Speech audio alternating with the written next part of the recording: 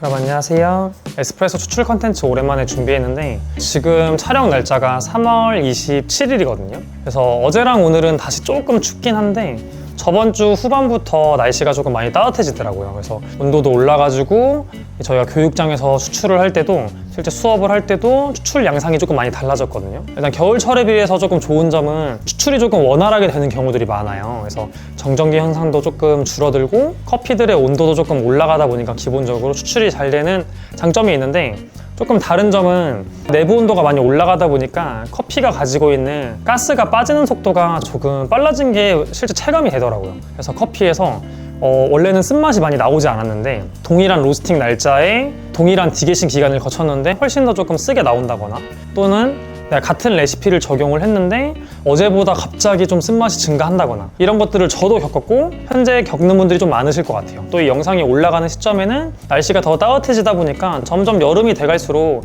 이런 현상을 많이 겪게 되시거든요. 그래서 그런 상황을 위해서 커피가 가스가 좀 빠진 상태에서 세팅을 어떻게 잡아야 되는지 또 어떤 현상들이 많이 일어나고 여러분들이 잘못 대응하는 것들이 어떤 것이 있고 어떻게 올바르게 적용을 해야 커피를 조금 쓰지 않게 하면서 긍정적인 맛을 낼 수 있는지를 알려드려 보도록 하겠습니다. 그래서 우선은 한번 추출을 먼저 해볼 건데 3월 14일자에 로스팅된 이제 과테말라 싱글 커피거든요.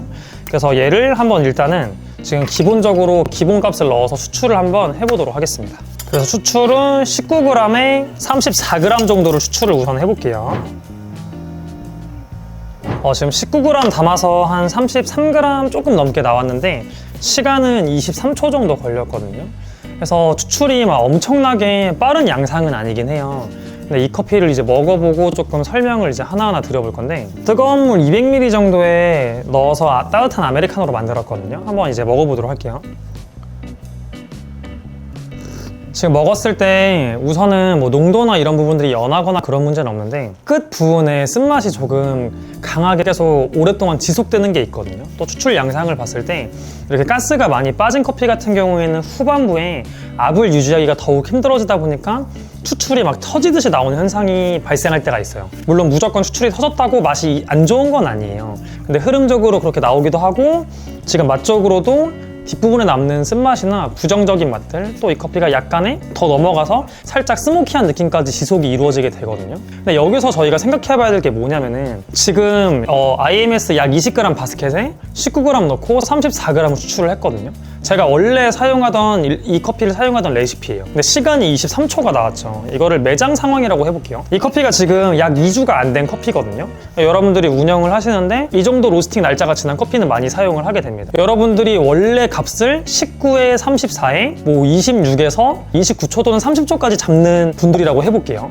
그러면은 지금 기준값보다 시간이 빨리 나왔죠. 여러분들이 이렇게 맛을 보셨다면은 이 맛을 보고 결정을 하시겠지만 아직 커피 경험이 부족하거나 또는 업체로부터 또는 교육을 받으신 분으로부터 어느 정도 이 시간을 그냥 맞춰서 추출을 하세요라고 우선은 만약에 교육을 받았어요. 그러면 당연히 배우신 대로 시간을 26에서 30초 정도로 맞춰주겠죠. 그러면 당연히 입자를 곱게 조정을 하겠죠. 그러면 당연히 이 커피가 지금도 쓴맛이 나는데 안 해봐도 우리가 이론적으로 커피의 쓴맛이 더 강해진다고 느낄 수가 있거든요. 물론 이게 채널링의 영향으로 조금 더 쓴맛이 강해진 걸 수도 있지만 그래서 한번 입자를 조여가지고 좀 더 곱게 해서 20초 후반이나 거의 30초 초반까지 한번 내려볼게요. 좀 더 고운 입자로 했을 때는 지금 이 상태의 커피가 어떤 맛이 나는지 한번 양상도 보고 체크를 한번 해보겠습니다.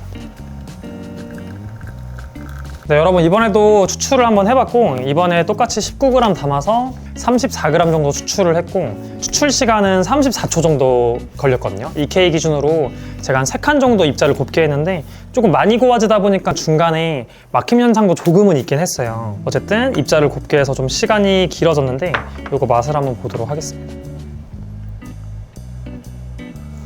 물론 어느 정도 약간의 채널링 현상도 있다 보니까 그에 따른 영향도 당연히 있지만 어쨌든 지금 이 맛 자체가 끝맛이 오히려 더 좋아졌다기보다는 저희가 당연히 생각을 한 것처럼 부정적인 쓴맛들이 조금 더 많이 남거든요. 그러니까 어쨌든 입자가 고와서 채널링의 영향으로 뒷맛이 안 좋든 정상적인 추출이 이루어져가지고 더 많은 성분이 나와서 뒷맛이 좀 더 써지든 입자를 곱게 가면은 지금 상황에서는 계속 써질 수밖에 없는 구조거든요.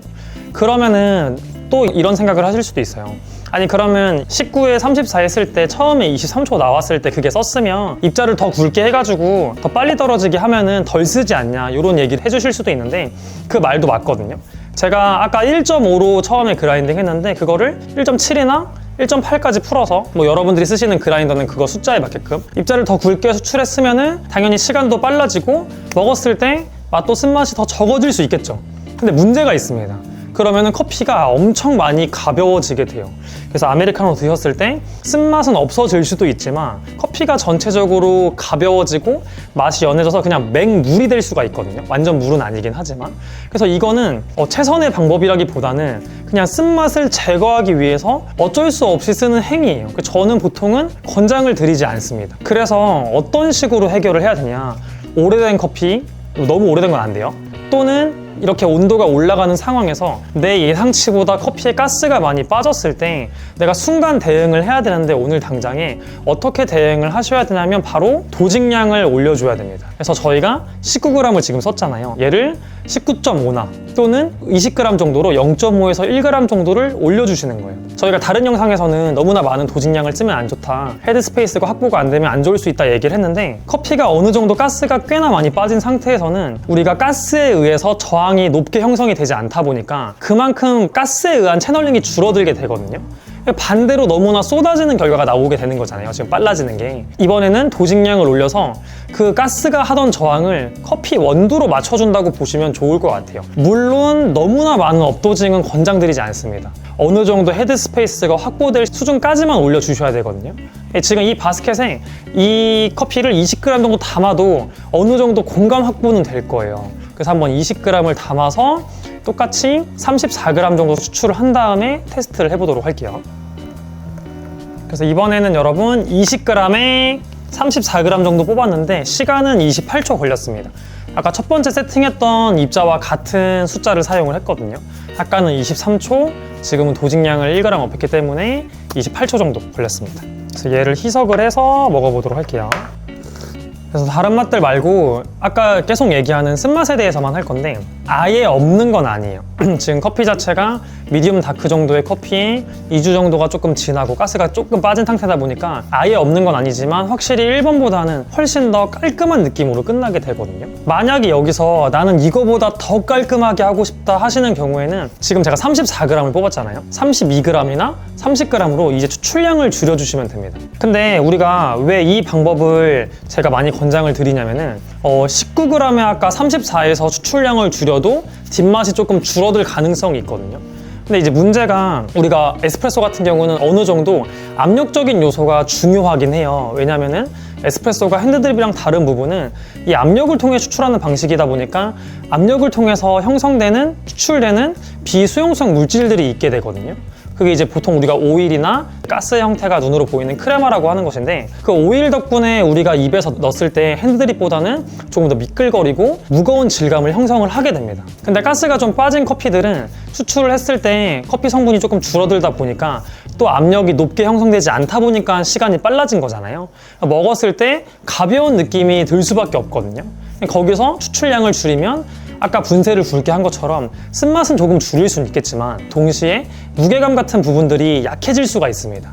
그래서 어느 정도의 저항을 형성을 해서 조금 더 무게감 있게끔 커피를 추출하려고 하는 건데 그거를 입자로 맞추시면은 더 써지다 보니까 도직량을 올려서 맞추는 거라고 보시면 좋을 것 같아요. 그리고 우리가 생각해 봤을 때 18에 34를 하다가 19에 34를 추출하잖아요. 그럼 추출량은 동일하잖아요.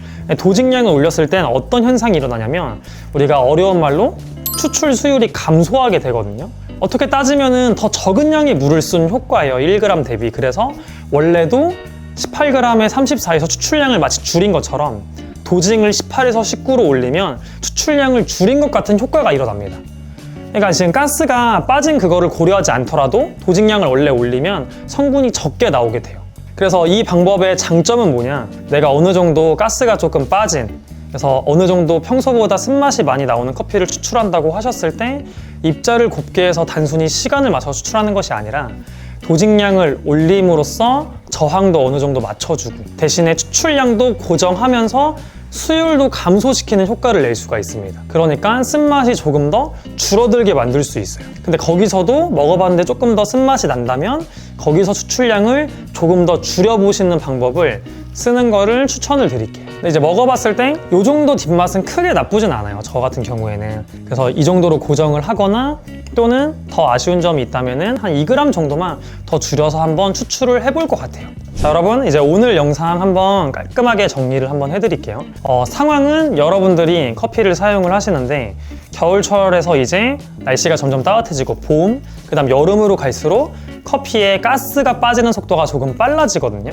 그래서 여러분들이 나름 재고 관리를 열심히 하셨는데 날이 너무 덥거나 너무 더운 공간에 커피가 잘못 보관이 돼 있었다거나 또 내가 예측한 것보다 가스가 빨리 빠져서 추출을 해봤더니 아침에 어제는 이 세팅으로 했을 때 한 27초 정도 나왔고 맛이 괜찮았는데 오늘은 추출이 빵 터지는 거예요. 그래서 막 22초가 나오는 거예요. 근데 먹어봤는데 맛은 써요. 근데 내가 배우기로 어느 정도 추출 시간은 맞추라고 설명을 들었어요. 맛은 쓰지만 일단 입자를 여러분들이 곱게 맞춰서 22초를 어제와 같은 27초로 맞춘다면은 우리가 알고 있듯이 커피가 엄청 쓰게 나옵니다. 맛으로 본 게 정확한 거거든요. 그러면은 가르쳐준 사람이나 업체에서 잘못 알려준 거냐? 이제 그거는 아니긴 합니다. 이 시간이라고 하는 거는 우리가 일종의 결과값이다 보니까 어떤 변수를 건드려서 이 시간을 형성하냐에 따라서 결과적인 맛은 달라지게 돼요. 그러니까 27초라는 게 무조건 중요한 요소는 아니거든요. 뭐를 건드렸냐가 중요한 거예요. 지금 상황이 어떠죠? 커피가 오래돼서 맛이 쓴 거잖아요. 추출은 빠르지만. 그러면 입자를 곱게 하면은 시간은 길어지지만 내가 기준으로 맞추려는 시간은 되지만 커피가 더 써지는 거예요. 반대되는 행동을 하시는 겁니다. 그러면 이걸 도대체 어떻게 해야 되냐? 도직량을 올려서 적정 시간을 맞춰주되 커피향을, 추출량을 고정한 상태에서 커피향을 올리게 되면은 오히려 수율이 감소, 뽑혀지는 커피 성분이 감소되는 효과가 있다 보니까 커피가 덜 써지게 된다. 그리고 입자를 곱게 안 가게 되니까 더 써지는 것을 막을 수가 있게 됩니다. 그렇게 먹어보시고 여기서도 쓴맛이 꽤나 난다. 그러면 조금 줄여보시는 거예요. 34에서 32, 30 이런 식으로. 뭐 더 줄였는데도 안 되면 사실은 그거는 커피가 너무 오래된 거거든요. 제가 오늘 알려드린 방법도 너무 아예 오래된 커피는 하기는 조금 힘들어요. 그러니까 어느 정도 적정선의 커피에서 이 방법을 써보시는 거를 저는 추천을 드립니다. 그리고 이제 마지막으로 하나 말씀드리면 온도를 건드리면 되지 않나고 물어보시는 분이 있을 수도 있는데 사실은 커피가 오래됨에 따라서 저 같은 경우에는 온도가 조절 가능한 머신이라면 온도를 조금씩 일단 낮추는 방법들을 많이 사용을 해요. 물론 저항이 안 맞다 보니까 도직량도 같이 올려주거든요. 그 두 개를 같이 쓰는 방법을 쓰는데 여러분들이 보통 사용하시는 보급형 머신들 중에서 온도 조절이 안 되는 머신들도 있다 보니까 대다수의 분들을 위해서 이 영상을 찍는 거다 보니까 온도에 대한 얘기는 제가 오늘은 하지 않았거든요. 근데 온도 조절이 되는 머신을 가지신 분들은 온도를 먼저 낮춰보시는 것도 좋은 방법 중에 하나입니다. 그래서 오늘은 영상은 여기서 마쳐볼 건데 이 내용이 생각보다 조금 이해가 안 되는 부분이 있을 수도 있어요. 뭐 수율이나 이런 성분적인 내용이 나오다 보니까 저희 다른 영상에 설명이 있기도 한데 혹시나 이해가 잘 안 되거나 내가 하는 상황에서 궁금한 점이 있으신 분들은 댓글로 달아주시면 제가 보고 최대한 답변할 수 있는 선에서 답변을 하도록 하겠습니다. 그래서 오늘도 시청해주셔서 감사하고 다음번에 또 다른 컨텐츠로 찾아오도록 할게요. 감사합니다.